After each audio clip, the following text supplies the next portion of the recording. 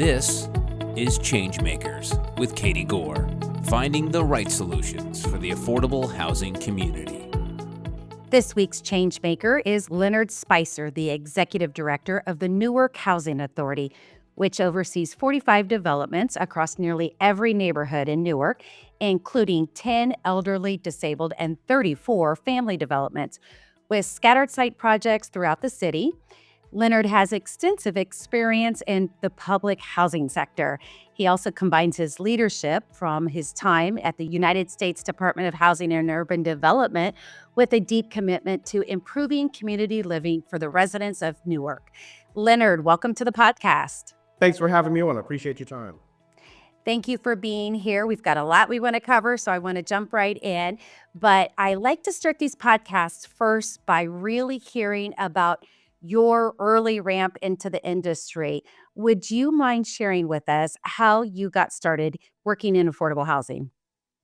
Like most people, I kind of stumbled into it. So I went to DePaul University in Chicago, Illinois. And upon graduating, like most of us, we started looking for jobs. So honestly, I thought my career path was going to be the foreign diplomatic service. So I was a major in public policy and international relations. So I applied for the Foreign Civil Service exam, and I started applying for local government around Chicago. And the first place to call me on the domestic side was the Chicago Housing Authority. And I had a manager that I interviewed with who was very analytical, very textbook theoretical. And her and I had a great conversation. I was like, hey, I'm going to try this. So I took a shot and started off in the occupancy department of Chicago Housing Authority as a project coordinator, which is really an occupancy specialist. And I kind of loved the nuts and bolts of it, of putting all the pieces of the puzzle together to make things happen. Because at a PHA, you're able to see everything happen from beginning to end, which is different. Well, if I can stereotype, some of the best executive directors are the ones who knew how to do everything from the ground. And being an occupancy specialist, that is really feet to the fire, isn't it? Literally.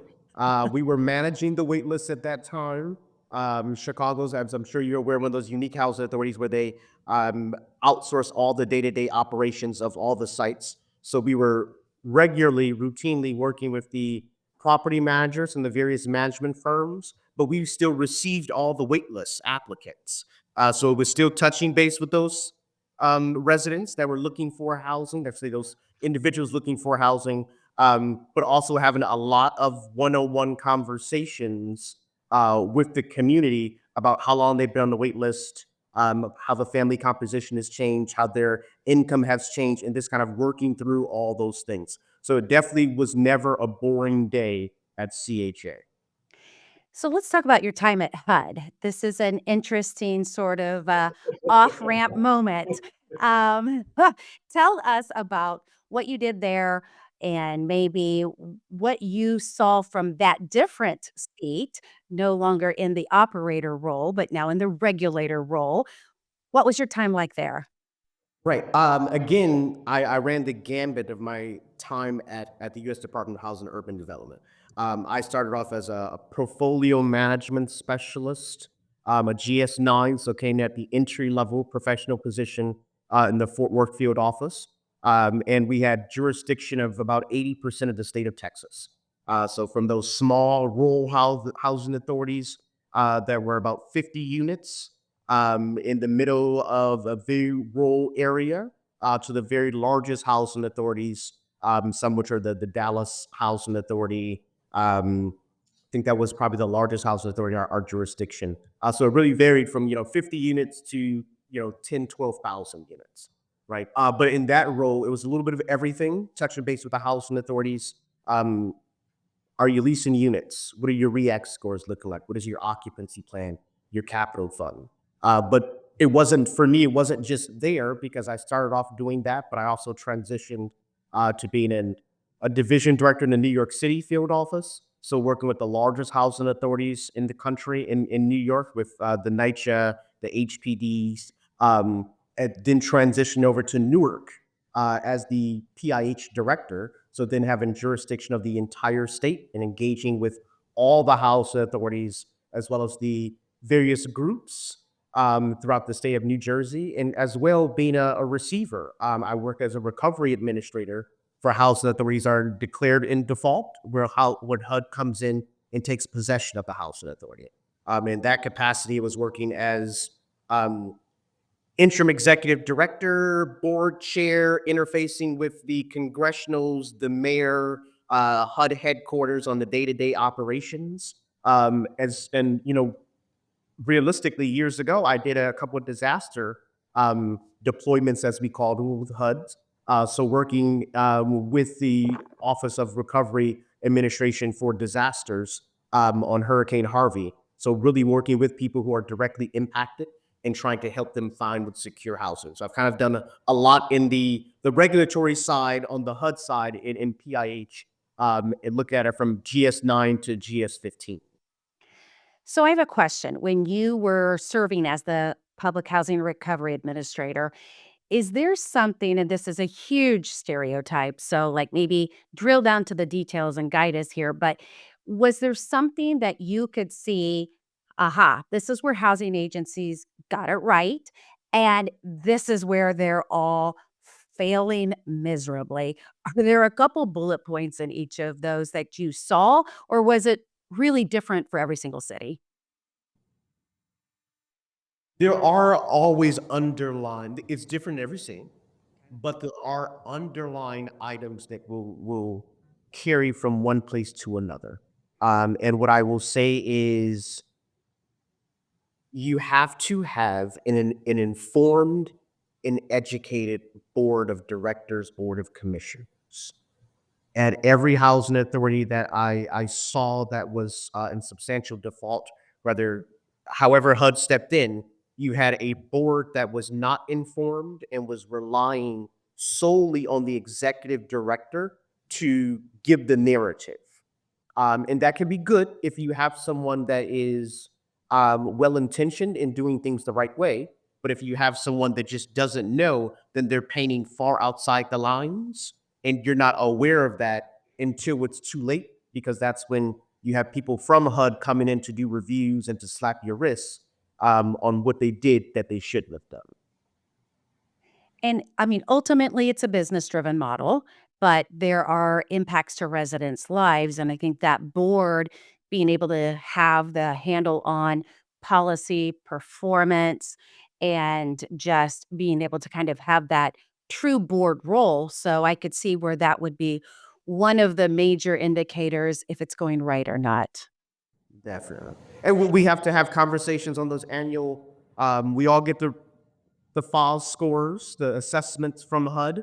So I hope every housing authority is their board is having conversations with the executive staff annually on what drilling down on what was our scores and these four sub indicators, and how does this roll up to the big picture, and what are we doing to improve, right? So that should be the hopefully the nexus of the annual check-ins on how are we doing as an agency and are we meeting the needs of our community.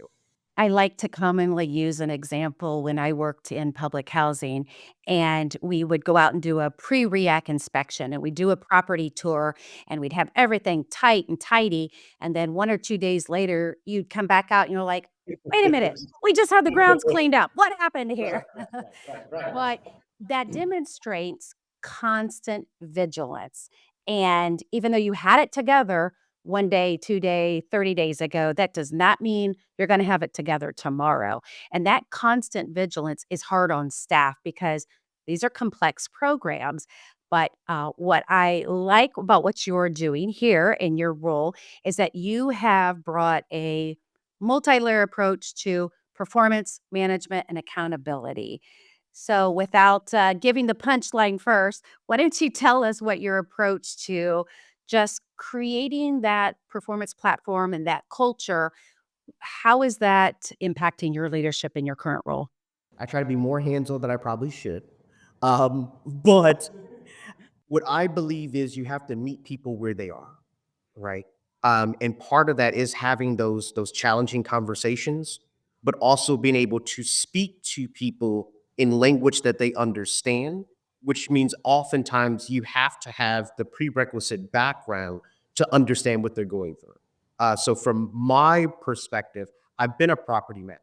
So I can sit down with our property managers and talk about the basics of property management. Are you collecting rent? Did you go knock on the door? Did you put the notice under the door? You didn't hear from someone who typically pays rent. Did you open their file up and call the next of kin to see if someone's in the hospital, if something has happened? That's the basics of property management. Have you walked your property? Are you walking it? Right? I've overseen a maintenance department and in Miami-Dade County, where I was an assistant division director of the public housing. So I understand the day-to-day maintenance because I lived it for 4 years almost, right? So being able to meet those people where they are and say, hey, I understand. How can we help? This is what our end goal is. This is where you are. What tools can I provide you to get you there? Because this is the ultimate goal. And let's figure out what that path looks like, as opposed to, as people always say, the executive director, we sit in an ivory tower and just dictate from the central office of what has to happen. I go out to the sites. I have conversations, and I have conversations based on my practical experience, but also listening to them of what's happening there. Because Newark is not the same as Miami. Newark is not the same as Chicago. So what I have learned in those places isn't, I can't just put that here and say, we're going to make this what it was somewhere else. But we have to have conversations about how do we improve and what are you seeing based on also what I have learned actually works. So you can't fluff me on some things because I know it. I know how long it takes to do a work order, the complexities, etc. So it can't be pie in the sky. It has to be applicable of what does it take to lease up, to fill this 5 8 out, to get it out, to get it done, right? And saying, hey, well, they didn't come in that 30, 60-day window. I'm going to say, well, it's 120 days. Where do we start this process, right? So just kind of meeting people where they are, providing goals that are going to kind of seem pie in the sky, but we have to have something that's high level that we're trying to get to, but then have various touch points, kind of using the SMART system of how are we moving the ball closer to getting there, and being reasonable with those expectations. Because as you mentioned, things change. It is a dynamic area, dynamic market. So we have to be realistic, but it doesn't mean we shy away from trying to meet perfection. Let's talk about Newark for a minute. How long have you been there? And what are you seeing as some of the unique challenges, if you will, or some of the best practices that you're already starting to see in Newark? I love Newark. It is a very challenging city, but it actually is so rewarding on so many parts. But I want to hear your perspective on Newark. So I agree with you. I've been here a year. 300 and 372 days, if I'm being exact. Looking at today's calendar, it is a mix of a little bit of everything, which is what I find very interesting about Root. Um, it is an agency that historically have went through a bellwether effect, or it's been troubled, it's got out of trouble, it's got back into trouble, which isn't uncommon for a lot of housing authorities across the country. So what I have taken the approach of here is kind of diving into the meat and potatoes, getting back to the basics of what we are supposed to be doing on a day-to-day basis, right? How do we meet our customers, and how do we ensure that they have safe, sanitary, and decent housing at the very minimal, right? But part of that is making sure that we have the correct systems in place so we can track, so that our clients can track, making sure that we're doing what our regulator says we have to do with our 5/8s on our HCV program, as well as our public housing program. So it really is diving into the weeds, getting into the programmatic areas to understand where we may have gone off and how we can then kind of get back on path so that the scores improve holistically. And that really is culture change. This is an agency that at one point in time was more than 12,000 public housing units, and now we're down to about 7,000 public housing units, right? This is an area that we have said historically of we are going to, which is uncommon in large urban areas, where we're going to demolish an older complex that has outlived its life expectancy. And we say we're going to build back, and 5, 10, 15, 20 years go by, and that lot is still sitting there, right? So it is about, but then RAD comes in, and now we say, hey, we can do it, but doing it then becomes a little bit of a challenge for a myriad of reasons, right? So just trying to meet our goals, trying to do what we have told people we are going to do, but also trying to do the basics of housing, property management, to make sure that we're able to get the little things done so we can focus on the big things. And that's what I do, and the team that I have here do on a daily basis, as well as make sure we're effectively communicating, things of that nature, to just make sure the culture change is happening. Let's talk about some of your goals. What is the development platform looking like for the city? Rents are high, demand is high, all of these dynamics. What is development looking like for you and for the agency? Maybe project out and dream for us over the next 5 years what you would like to see happen. It's interesting because when I first came into the agency, I sat down with the entire agency as a whole and said, "Hey, I want us to get back to the basics. I want us to focus on our current assets, improve our current assets, and once we have done that, then move on to re-envisioning what our housing stock looks like, figuring out how we can expand our footprint in the city of Newark." What I have learned is you have to do those things simultaneously. You can't button up one and then start on the other, right? So the city of Newark, as well as northern New Jersey, there's several reports out there say there's a deficit of affordable housing to the tune of about 16,000 units, right? So that's a large gap that there's someone that needs to fill that. Um, we are uniquely situated in Newark with our assets. We have a significant number of vacant parcels that don't have a declaration of trust on them, that we can build units. We can expand our footprint without having to go through a lot of the regulatory loops and hurdles that we would have to go through if the property had a declaration of trust on it. So what I would like to see in the next three years is the housing authority expand its footprint.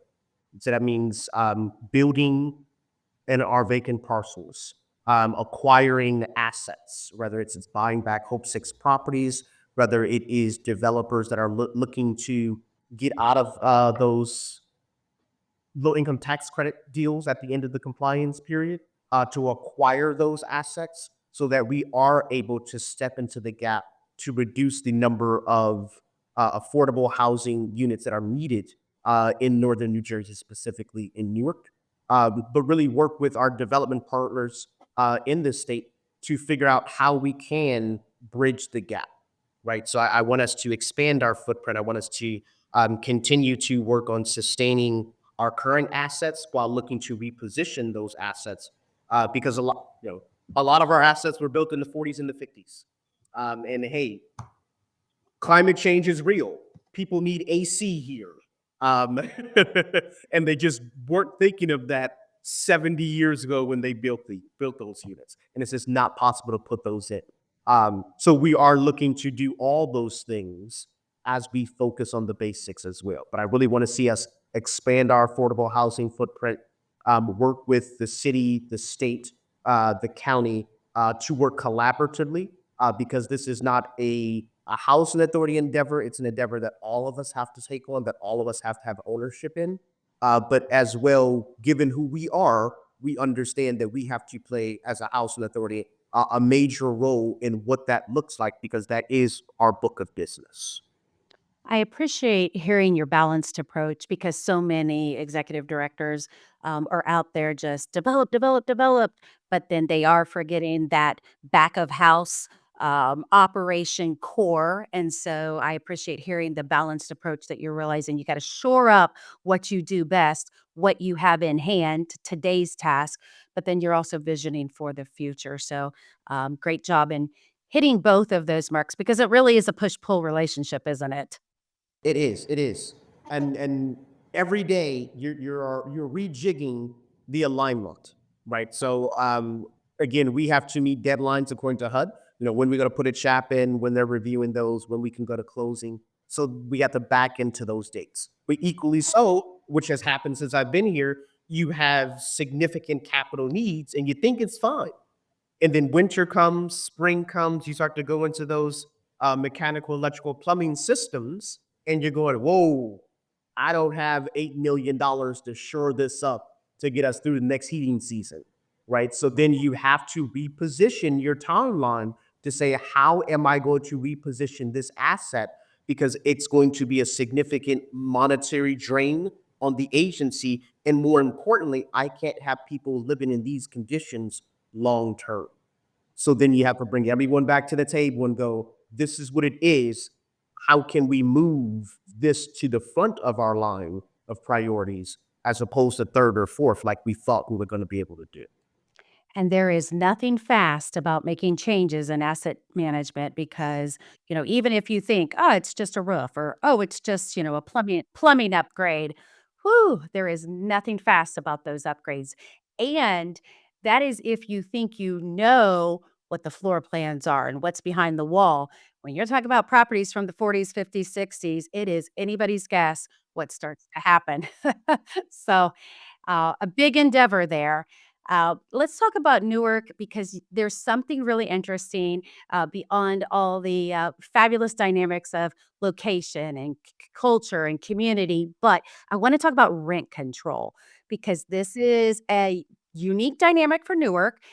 Well, first of all, there are going to be people listening who don't even know what's happening. So start us at the basics and tell us um, what is happening in Newark with rent control. How is that navigated? And what are you seeing as some of the advantages to what's going on?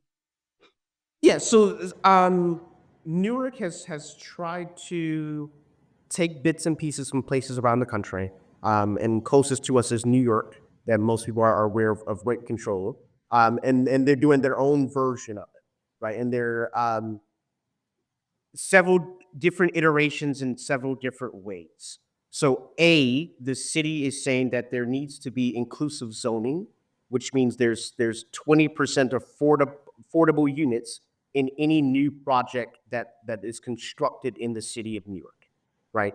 With the intent being, it then opens up a path for to ensure that we are not entering a situation by which we have the have versus the have-nots. And if you have the money, then you can live in a new high-rise buildings with all the amenities, and those that don't have it are working in those buildings but never been able to live there, right? Equally so, given post-pandemic, we have a significant number of people who are New Yorkers that have moved over to Jersey because what they were able to get in New York, they could get twice that in Jersey. But those people still work in New York and are still making New York money.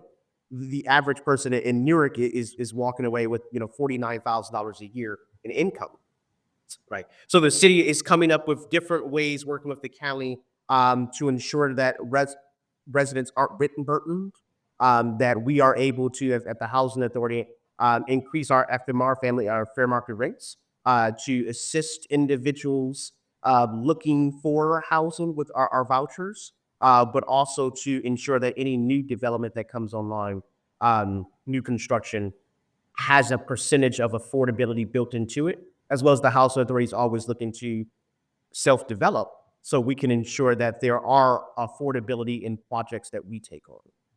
And let me know if I've answered you directly, if I've kind of gone off in a different direction.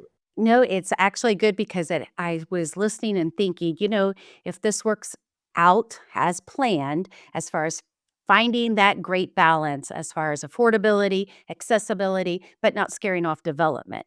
And if that right balance happens, I envision this could be a very innovative project nationwide that people would want to explore, look at the metrics, look at how you did it, see what the results were. Definitely. And there are the for me, the beauty is there are a lot of jurisdictions that have done something similar to this. So I'm sure you've talked about El Paso in home, right? And what Jerry was able to do there, close to 15 years ago. What Mary Margaret has done in Fort Worth, what Miami's doing with their portfolio chat, what Orlando has done. So there's a number of housing authorities across the country that we can look at them as case studies on what was done right, what there could have been some improvements on. We can talk to those executive directors so we can kind of avoid some of those pitfalls. And I've been able to take my board and some of the senior staff out to some of those jurisdictions so they can see it, they can interface with those executive staff to get some of those best practices so we can avoid that. Of course, what that does is it kind of slows the process down, but I rather be slow and right than fast and wrong. So I really prefer to go about it in a methodical way so it's sustainable as opposed to saying, I have a 3 to 4 year contract. I need to show what I've done so I can keep my job. Really, it's about serving the community and making sure that I provide the tools and the resources for sustainable growth, whether I'm here or not, so that the housing authority can be successful in the future. Because it's really about serving the needs of the community and the agency and not my own real estate. And, let's be honest, most humans, we all want to talk about what works well, and we get uncomfortable and our hands get sweaty when we talk about what didn't work well.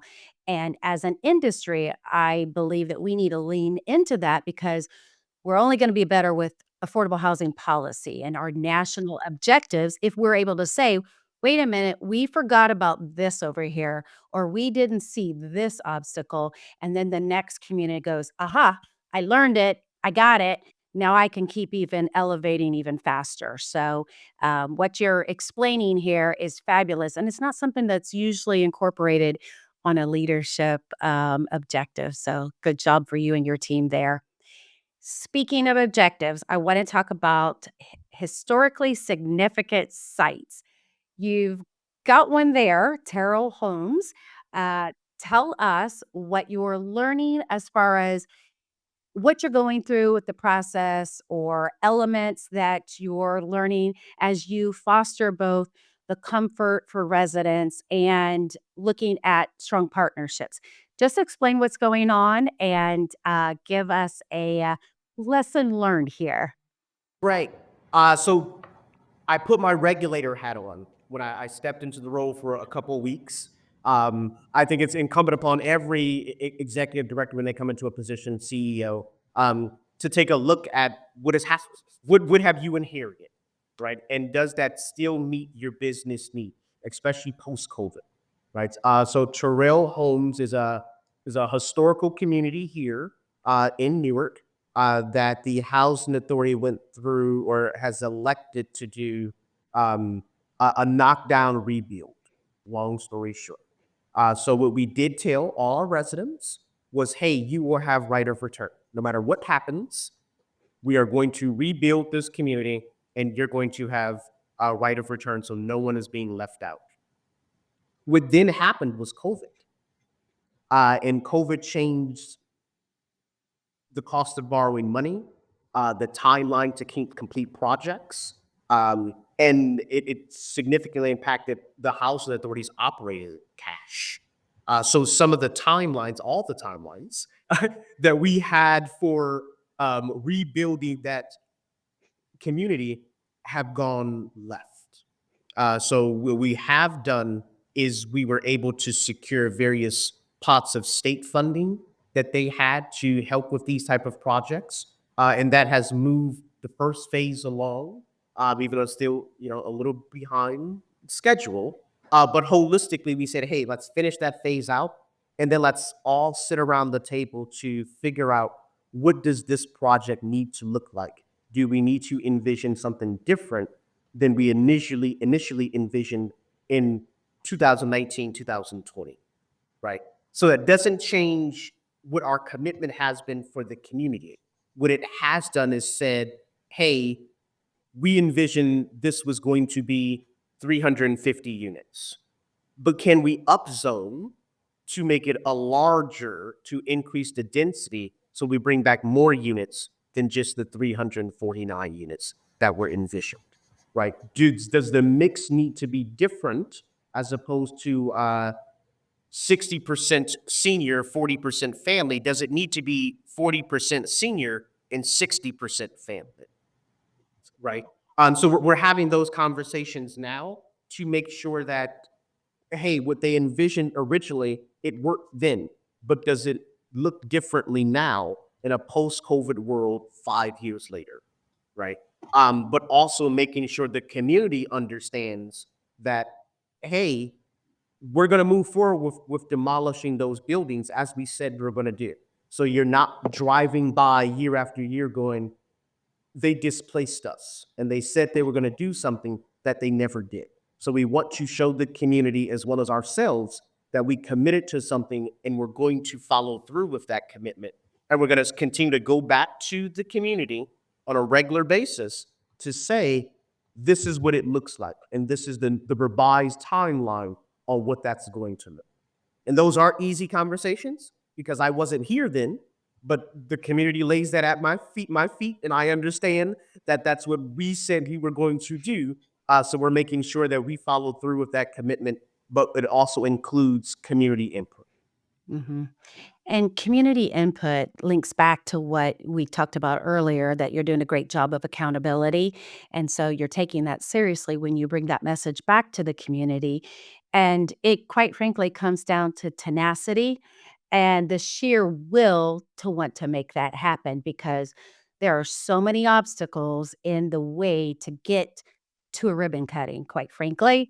So, just that sheer will and that tenacity to make sure that, we said what we would do. We're going to make it better. We're going to assess it. We're going to also have the flexibility to say, what has the market done?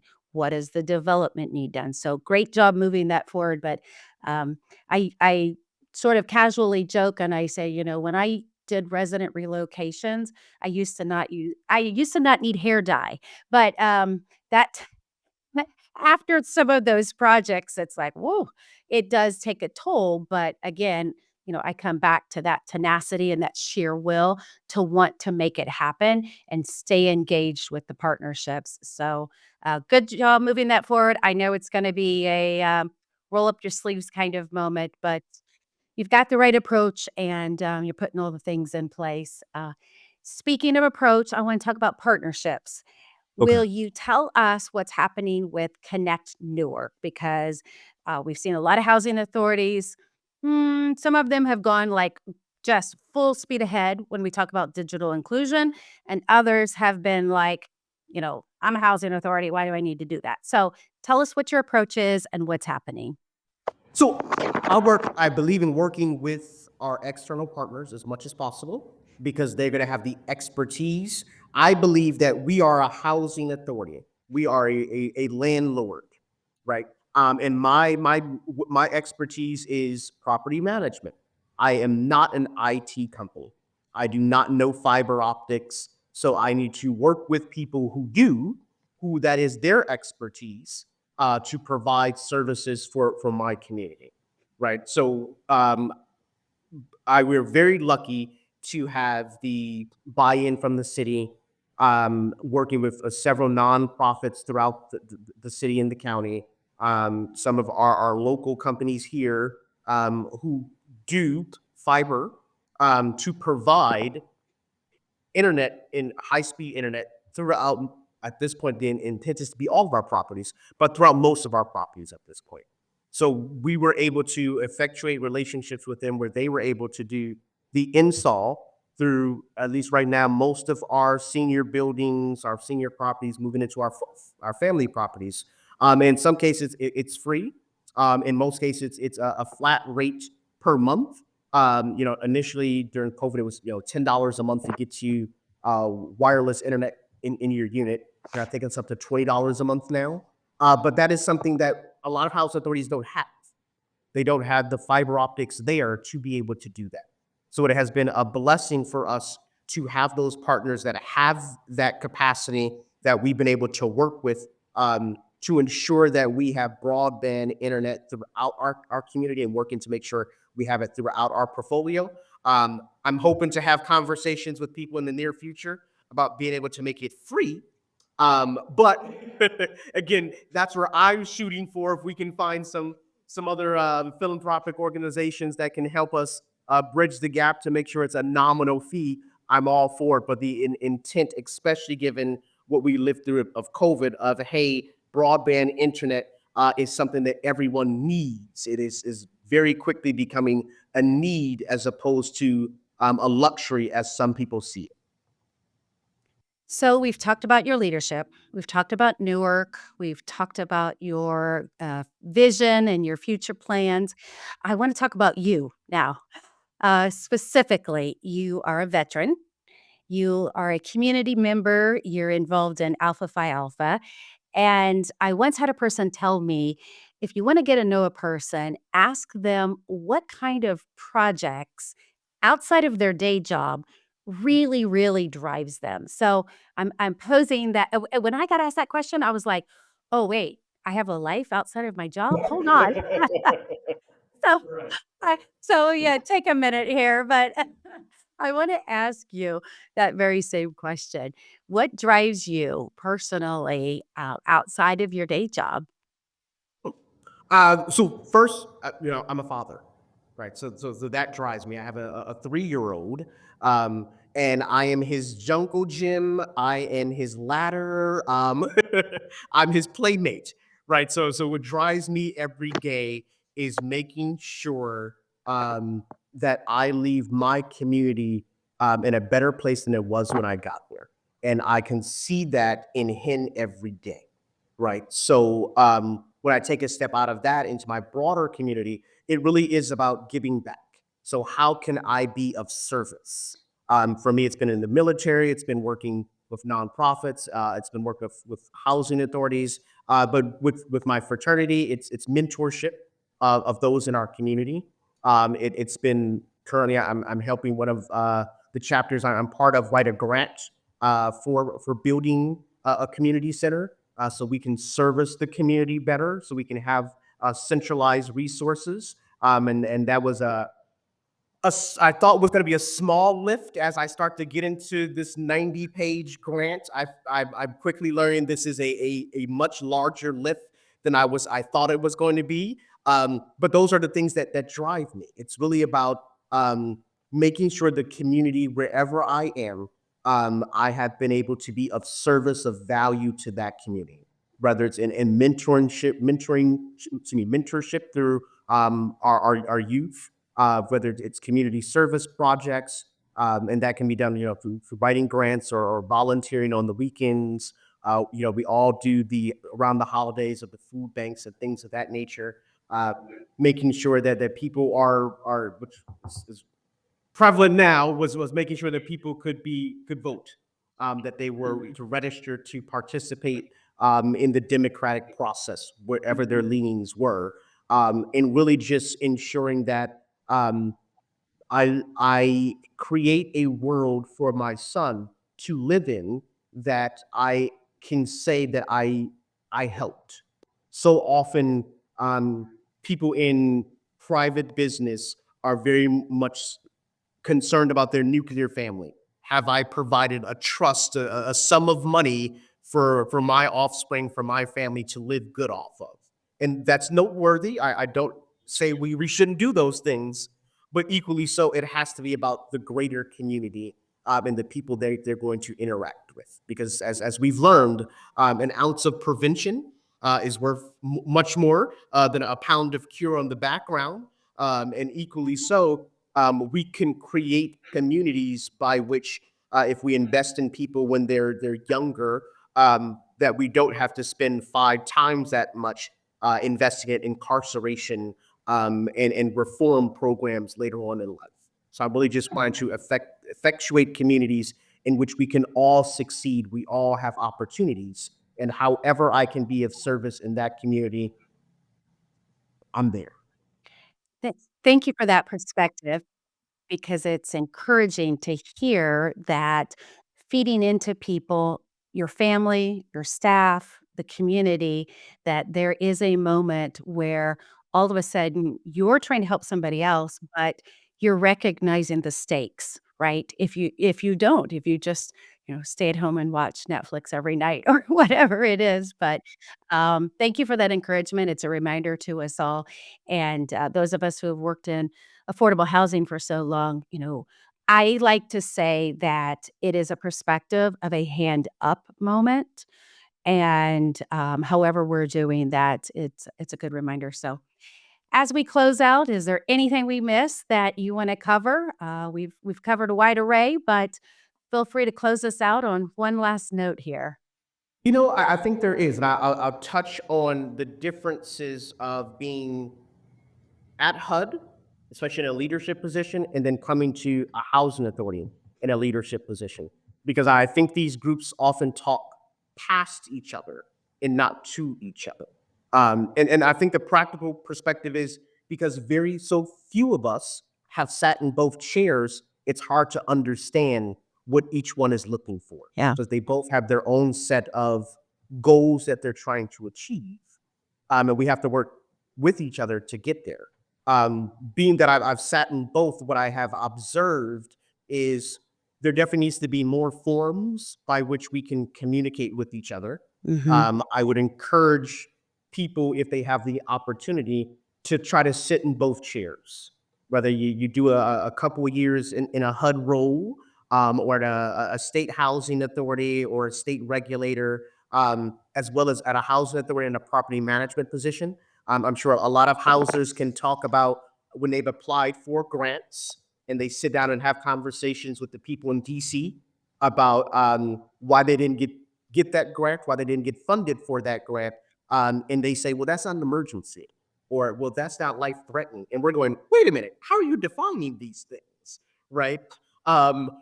We have to be able to understand what it is to be a property manager, what it is to run a program, to then be able to understand what it is to regulate a program, right? And the classic example that I give a lot of people here is you can be an excellent coach, but if you never played football, if you never played soccer, it is going to be a very different conversation that you're having with your players if you don't know it because you never did.